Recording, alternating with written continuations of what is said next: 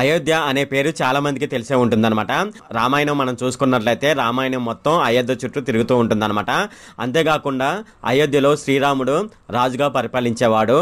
అంతేకాకుండా సీతాదేవికి అయోధ్య అనేది అత్తవారిల్లని మనం చెప్పవచ్చు. అయోధ్యలో శ్రీరాముని కాలంలో శ్రీరాముని దేవాలయం అయితే ఉండేదన్నమాట.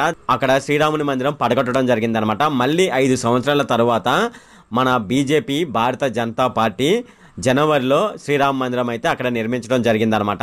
అయితే నేను ఇదంతా ఎందుకు చెప్తున్నానంటే శ్రీరామ మందిరం కట్టించిన బీజేపీ పార్టీ అయోధ్యలో ఓడిపోవడం జరిగిందనమాట.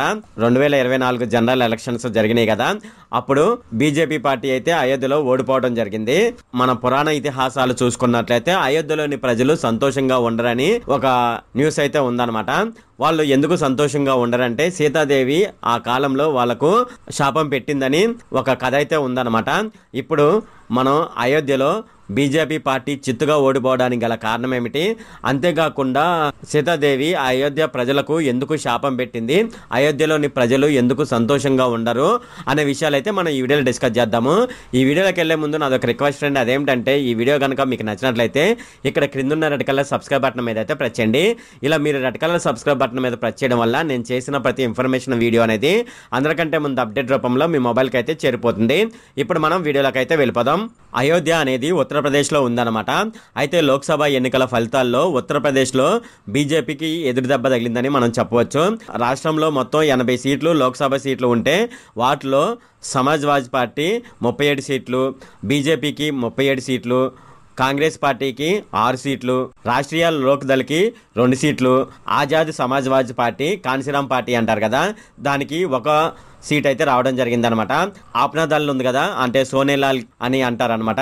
అయితే దీనికి 1 సీట్ అయితే రావడం జరిగిందనమాట. అయోధ్యలో బీజేపీకి ఘోర పరాభవం ఎదురైందని మనం చెప్పవచ్చు. దీనికి పలు కారణాలు ఉన్నాయని విశ్లేషకులు అయితే చెప్తున్నారనమాట. అయోధ్యలో సమాజ్వాదీ పార్టీ అభ్యర్థి అయిన అవధేష్ ప్రసాద్కు 54,567 ఓట్లతో విజయం సాధించడం జరిగిందనమాట. ఆయనకు మొత్తం 5,54,289 ఓట్లు అయితే రావడం జరిగింది.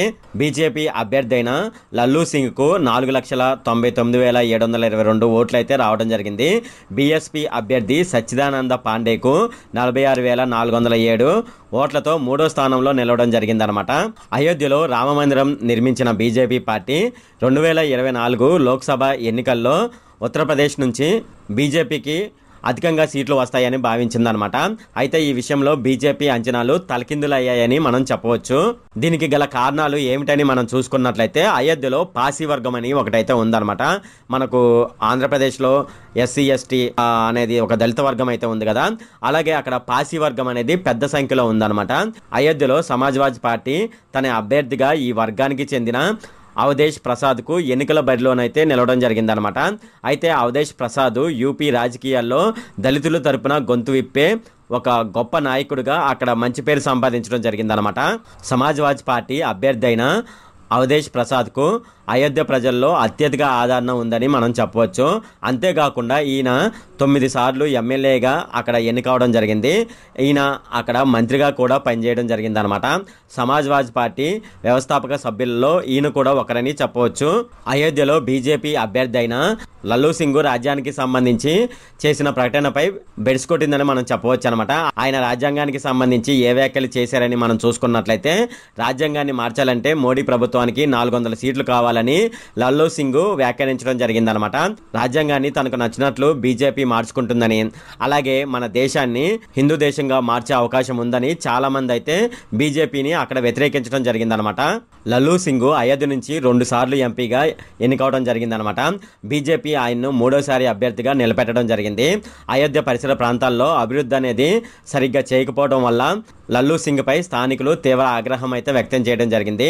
బీజేపీ రామమందిరంపై దృష్టి పెట్టింది కానీ ప్రజల సమస్యలను ఏమాత్రం పట్టించుకోలేదని ఆరోపణలు అయితే ఉన్నాయన్నమాట. ఈ కారణం చేతనే లల్లు ఓటమి పాలయ్యారని అక్కడ వర్గాలు అయితే చెప్తున్నాయి. అంతేకాకుండా అయోధ్యలో 14 కిలోమీటర్ల పొడవున రామ పదాన్ని నిర్మించడం జరిగిందనమాట. అలాగే రామపదంతో పాటు భక్తి పదాన్ని అలాగే రామ జన్మభూమి పదాలు కూడా నిర్మించడం జరిగిందనమాట. వీటి కారణంగా తమ ఇల్లు దుకాణాలు దెబ్బతిన్నాయని ఎవరికి నష్టపరిహారం అందలేదని స్థానికులు అయితే ఆరోపించడం జరిగిందనమాట. అయోధ్యలో బీజేపీ నేతలు తమ పార్టీ అధికారంలోకి వస్తే రిజర్వేషన్లను రద్దు చేస్తుందని ప్రచారం చేయడం జరిగింది. అంతేకాకుండా రాజ్యాంగాన్ని మేము మారుస్తామని కూడా వాళ్ళైతే వ్యాఖ్యానించడం జరిగిందనమాట. దీంతో ఓటర్లు సమాజ్వాదీ పార్టీ వైపు మొగ్గు చూపడం జరిగింది. అయోధ్యలో యువత ఓట్లు బీజేపీకి వ్యతిరేకంగా పడడం జరిగిందనమాట. అలాగే స్థానికులు అగ్నిపథ్ పథకం విషయంలో ప్రభుత్వంతో ఏమాత్రం ఏకీభవించలేదని చెప్పవచ్చు. అక్కడ పరీక్ష పత్రాల లీక్ కూడా మరో కారణమని చెప్పవచ్చు అనమాట. మరో కారణం చెప్పాలంటే అయోధ్యలో దళితులపై బీజేపీ ఆగ్రహం అయితే ఉందని చెప్పవచ్చు. అదే సమయంలో కాంగ్రెస్ పై అక్కడ ప్రజలకైతే సానుభూతి ఏర్పడింది. దీని ప్రభావం అనేది ఎన్నికల్లో స్పష్టంగా మనకు కనిపించింది. ఈ కారణం చేత అయోధ్యలో బీజేపీ అనేది ఓటమి పాలైందని మనం చెప్పవచ్చు అనమాట. అంతేకాకుండా అయోధ్యను సీతాదేవి శపించిందని ఒక కథ అయితే ఉందన్నమాట. అదేమిటనేది ఇప్పుడు మనం చూద్దాము.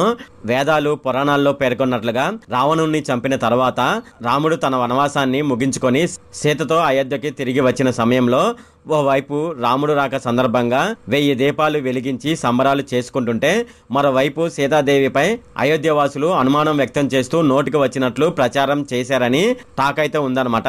సీతాదేవి చాలా కాలంగా రావణాసురుడి చెంతలో ఉండడంతో ఆమె పవిత్రతపై అయోధ్యవాసులు అనుమానం వ్యక్తం చేశారని, అంతేకాకుండా ఒక చాకలివాడు బహిరంగంగానే సీతాదేవి పవిత్రతను తప్పుపడుతూ మాట్లాడిన మాటలు రాముడి చెవిని పడ్డాయన్నమాట. ఈ కారణంతోనే రాముడు నిండు గర్భిణి అయిన సీతను అడవులకు పంపాడని, అయితే ఆ కారణం చేతనే సీతాదేవి అడవులకు వెళ్ళవలసి వచ్చిందని అక్కడ వాళ్ళైతే చెప్పుకుంటున్నారనమాట. దీంతో సీతాదేవి కోపంతో ఊగిపోవడం జరిగింది. నేను దుఃఖించినట్లే అయోధ్య వాసులు కూడా ఎప్పుడు దుఃఖంతో ఉండాలని, ఈ కారణం చేత భర్తకు దూరంగా అజ్ఞాతవాసంలో తిరిగి సుఖంగా ఉండలేనని సీత శపించిందని, అలాగే అయోధ్య ఎప్పుడు నిర్మానుష్యంగా ఉండాలని, అక్కడి ప్రజలు పేదలుగా ఉండిపోతారని సీతాదేవి శాపం ఇచ్చినట్లు పౌరాణిక కథలైతే ఉన్నాయన్నమాట. సీతాదేవి శాపం ఫలితంగా శ్రీరాముడి చివరి వారసుడైన రఘువంశం చివరి రాజు బృహద్బల్ మహాభారత యుద్ధంలో మరణించాడని, ఆ తర్వాత అయోధ్య నగరం నిర్మానుష్యంగా మారిందని అక్కడ వాళ్ళైతే చెప్తారనమాట. సీతాదేవి శాపం కారణంగానే అయోధ్య నగరం ఎప్పటికీ అభివృద్ధి చెందదు అని, ఎప్పుడు ఏదో ఒక లోపంతో బాధపడుతూ ఉంటారని అక్కడ ప్రజలు. అయితే ఇప్పుడు అక్కడ రామ మందిరం నిర్మించినా కూడా అక్కడి ప్రజలు శాపం కారణంగా సంతోషంగా ఉండలేకపోతున్నారని, ఈ కారణం చేతనే అక్కడి ప్రజలు బీజేపీకి ఓటు వేయలేదని అక్కడి ప్రజలైతే అంటున్నారనమాట. ఇది ఫ్రెండ్ ఈ వీడియోలో. ఫ్రెండ్ ఈ వీడియో కనుక మీకు నచ్చినట్లయితే ఇక్కడ క్రింద రెడ్ కలర్ సబ్స్క్రైబ్ బటన్ మీద అయితే ప్రెస్ చేయండి. అలాగే ఈ వీడియోని మీ ఫ్రెండ్స్ అండ్ ఫ్యామిలీ మెంబర్స్కి అయితే షేర్ చేయండి. అలాగే ఈ వీడియో సంబంధించి ఏమైనా కామెంట్లు ఉన్నాయి అనుకోండి, నాకు తప్పనిసరిగా క్రింద కామెంట్ సెక్షన్లో అయితే తెలియజేయండి. ఈ వీడియో అంతే friend. Okay, thank you friend.